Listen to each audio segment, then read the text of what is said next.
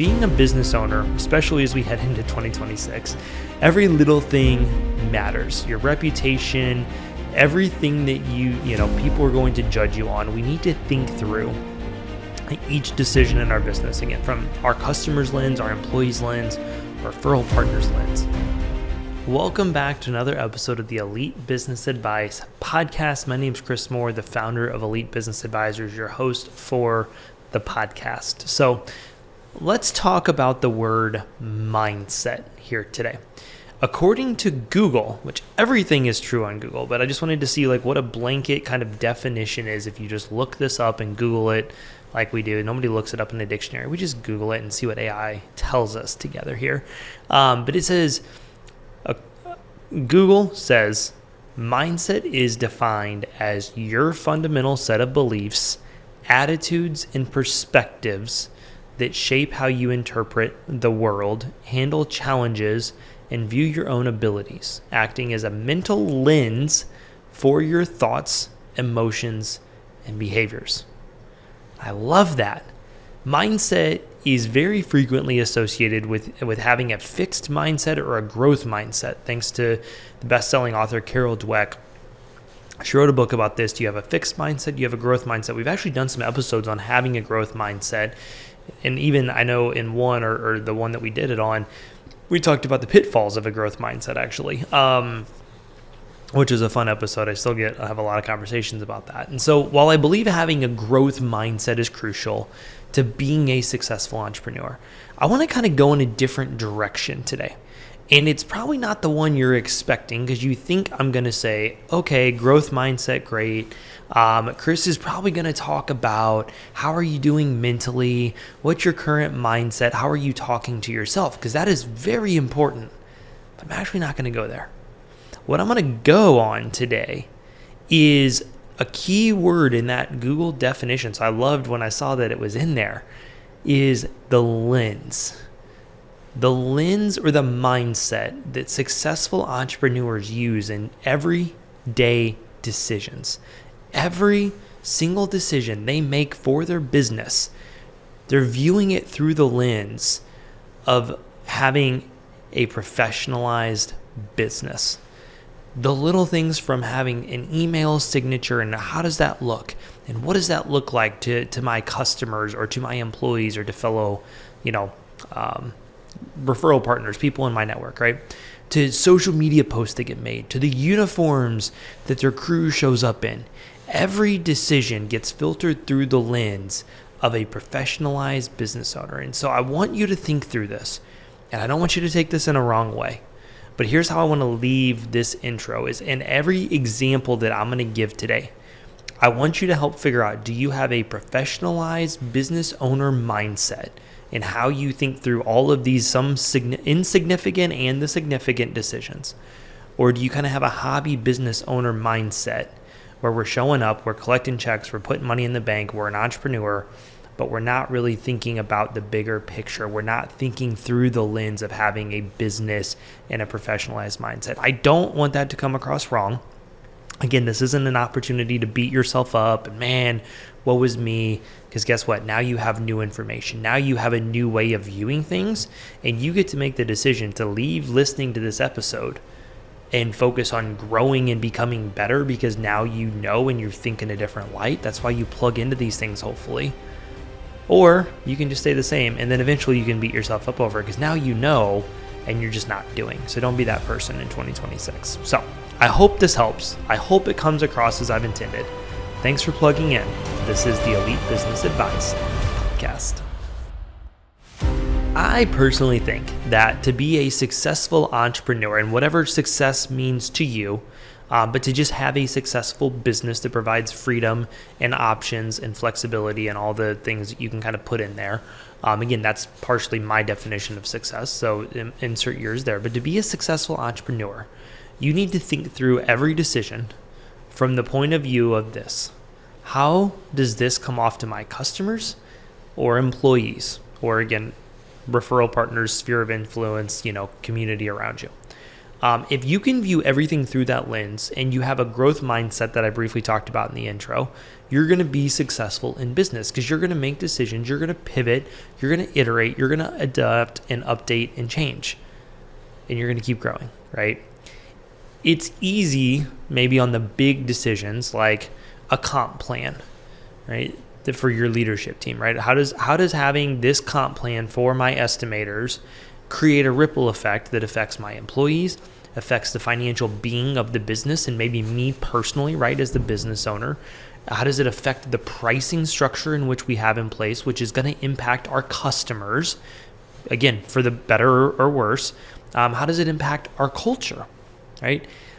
It's easy maybe sometimes when the big decisions there to say, okay, hold on, before we finalize this, I'm going to take a step back. I want to look at this from every single angle, not just the employees, but from our customers, from our pricing model, from our financial model. How does this decision affect that?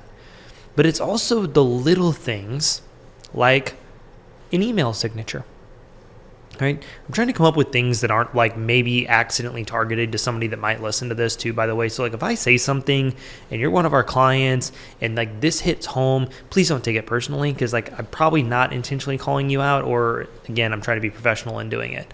This isn't my passive aggressive way of addressing anything, and just things that I notice and see every single day. Okay. So just again, nobody take this the wrong way. Things like email signature. I don't think anybody's got a bad email signature, for the record, but it's something simple that I think about anytime we update ours. Like, how does this come across to people?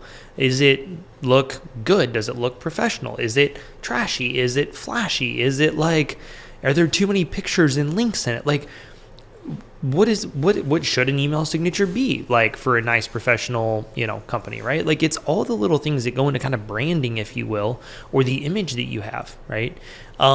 It's the little things like a social media post that might seem insignificant, but actually is a big deal on how you carry yourself and represent your brand, right? And so what are some like things that we often see business owners not utilizing a business owner mindset with? Okay, I've kind of mentioned a couple here already, but I want to even go a little bit deeper, and I want to just kind of like as I put this episode together, believe it or not, I do actually put kind of some thought into these things. May not always seem like it, but I do. I wanted to put this together. Like, I want to run through just a list of things that you can listen to this and just make a mental note of like, ooh, I should revisit that, or ooh, no, I feel really good about that, or I never thought about that before. Let me revisit that, right? So like, use this as kind of a quick checklist of like, oh yeah, I feel good about it, or I don't know, I haven't. The first thing on my list here is voicemail. When's the last time you listened to your own voicemail? And how does it sound? Right? Does it convey the message you want to convey, or was it something that you recorded 7 years ago and you actually haven't thought twice about since then? Very possible, and that's okay, right?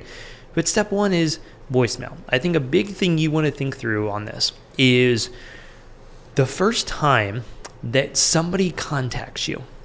What is that first impression? And I know that might seem like an obvious thing, but if they're calling you and you don't answer, which I think is okay. If it's a Google local service ad, I know that's kind of a different story.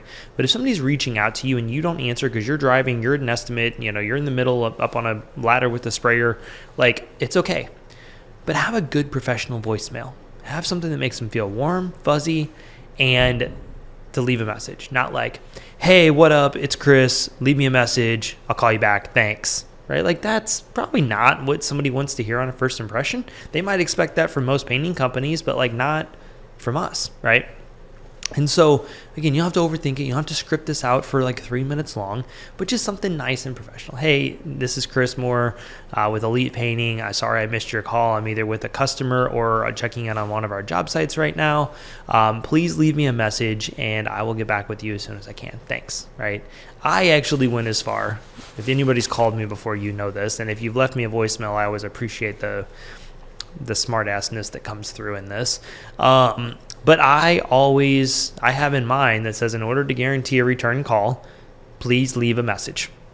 And I do that because I get 9 spam calls a day. I'm sure you guys do too. So like, that's just my thing. Like, if you want me to call you back, leave a message. If you don't, I'm not going to just call you back. Okay. So have a good professional voicemail, right? A couple other things. Emails. Let's talk about this. Number one, how do you respond in emails? And I mean this from a like interpersonal skill communication lens, okay?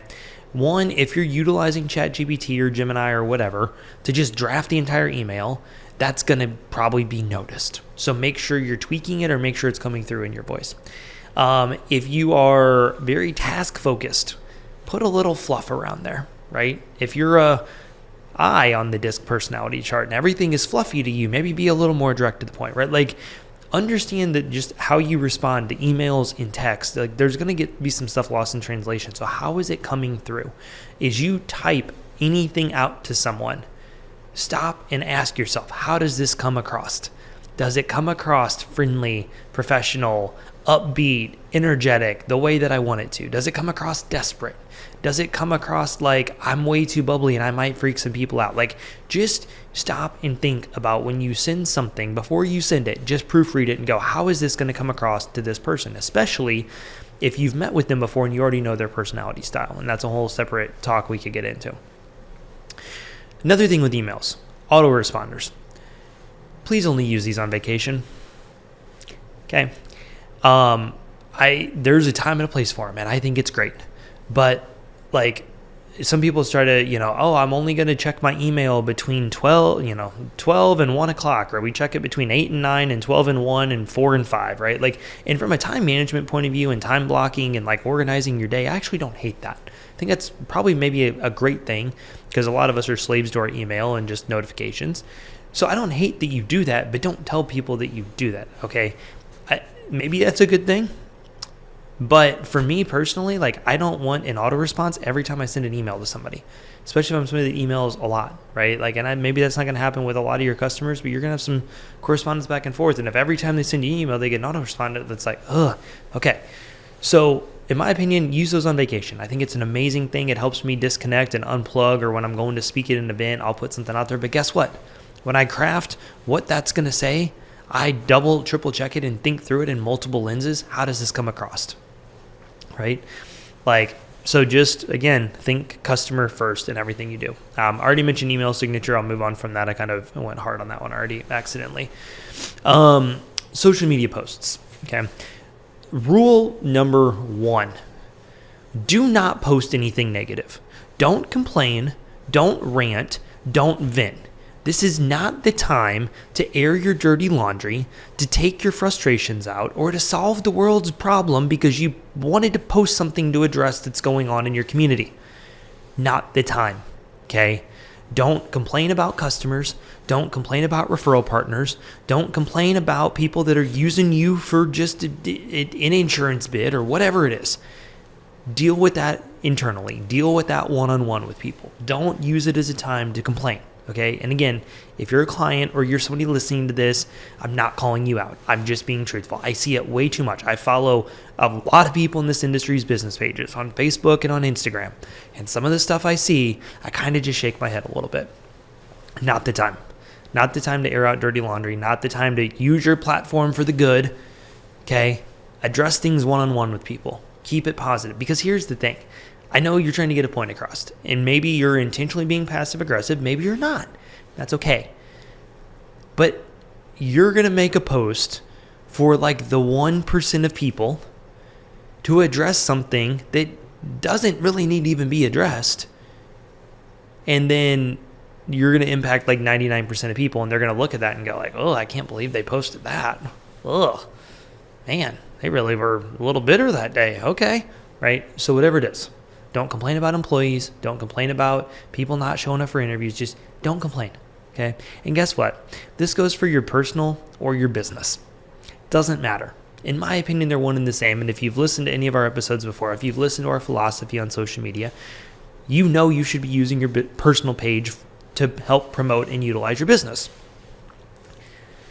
And if you're posting things on your personal page even that are creating conflict in your community, you maybe ought to do 2 things. 1, rethink your use of social media, and 2, rethink whether you're fit to be a business owner. And it's not that you can't have opinions. It's not that I want to suppress your freedom of speech. I don't mean that. But what I mean is, again, there's a time and a place to where and how and who you're going to share things with. Okay? And if you're really strong about either political party, doesn't even matter which one, you're immediately alienating yourself from 50% of the people that are going to see that. Personal, business, doesn't matter. Definitely don't do it on your business page. Would advise not doing it on your personal page. And again, if you really feel passionate about that, then understand your business is going to suffer. Understand you're going to lose people, because that's unfortunately just the way the world works right now. Well, you don't believe the same thing I believe, so I'm not going to support. Like, it's so dumb, but it's so true. And I'm looking out for you and your business's best interest. So just let it go. Okay? Just let it go. Does your content serve your audience? Another key thing. Is it professional? Do they care? Is it educational or entertaining? If it's not those three things, then it probably shouldn't be on there. Okay? So number one, when I say is it professional, what I mean is, like, don't overthink it. Don't feel like you have to hire a full-blown content crew to come in and film stuff and do all this, right? It's amazing what a phone, a tripod, and some mics can do. But also, is it professional in the sense of, like, did you cut out the dead 3 seconds before you started recording? Did you ask a question and then cut out the 5 seconds in between there, or this place where your PM stutters for 10 seconds and then gives a good answer? Just cut straight to the good answer, right? So, like, it doesn't have to be like, I'm sending this off to a team to edit. Like, just, have we made this look professional? And again, if you look at something, I want you to just ask the question, how does this come across? How does this make us look? Does this make us look like a professionalized company, or does it make us look like we have no clue what the heck we're doing, right? If that's the case, seek help. Seek people that can at least guide you and put you on the track to show you, okay, yeah, now we've got some good professional content out there. Again, even if it's do it yourself, that's fine, right? Is it information, things people care about? Is it educational to them, or is it entertaining? Because if it's neither, it's just not going to go anywhere. Okay. It's crazy. Again, I have a love-hate relationship with this. We posted a video, I guess it'd be like 10 days from now by the time this episode comes out, last Friday. And it was, like 2 reels we saw, and it was like, homeowners going crazy, right? One with the flashlight, doing an inspection. The other one had like the tape confetti bomb that went off all over the walls, right? And our question, and then we put a quick clip of Top Gun, fighter jets, and then like a house blowing up, right? It was like kind of a fun thing. And the question was just like, how do you professionally handle these things, right? And I wake up this morning, and part of my Monday to-do list is like check our EBA Instagram, Facebook page. Like, is there any comments, messages, anything that we need to like handle over the weekend? And I literally looked, and that video has gone viral in the last 12 hours. We've had, like, as of recording this here Monday afternoon, like 65,000 views on it, like over 1,000 shares. Like, it's cool to see. We've never had anything go that crazy. And like, here I am sitting here going, like, I could post the best I could be like, here's how to save you $20,000 in taxes.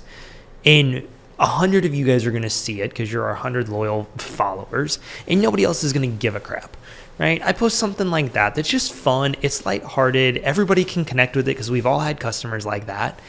And like, here it is going absolutely crazy, right? It's fun to see. It's cool, whatever. Again, it's vanity. Hopefully it helps give some exposure, new followers, whatever. But it was just funny to me. Like, cool. That's what performs. Here's a couple other things. I feel like I've spent a lot of time on those. I want to make this a hour-long episode. How do your bids come across to customers, right? Is it just full of like legalese and like covering yourself?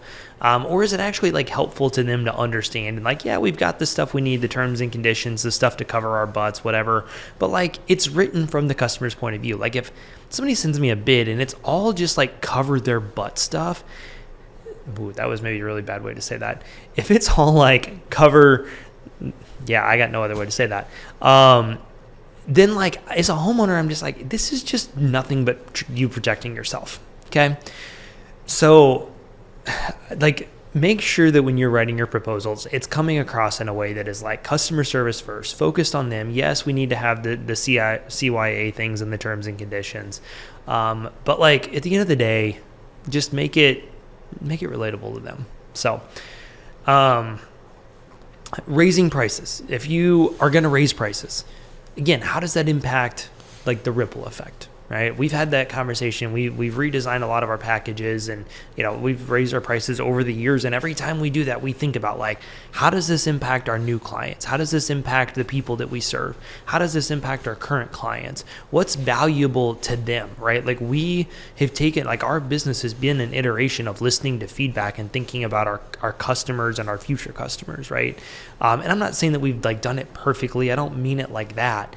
But like very, very guarded in that. And so like if you're going to raise prices, if you're going to roll out new services, if you're going to subcontract out stuff instead of, having it done, like just think through like, how does this affect things, right? A couple other things that come to mind as I was thinking about this, how you navigate the conversation around like small projects, right? Like, hey, we have a front door that needs done, or we have one accent wall that needs done. Like, how do you handle that? Again, whether it's voice conversation, text conversation, email conversation, how are you navigating that? How are you navigating your scheduling conversations, right?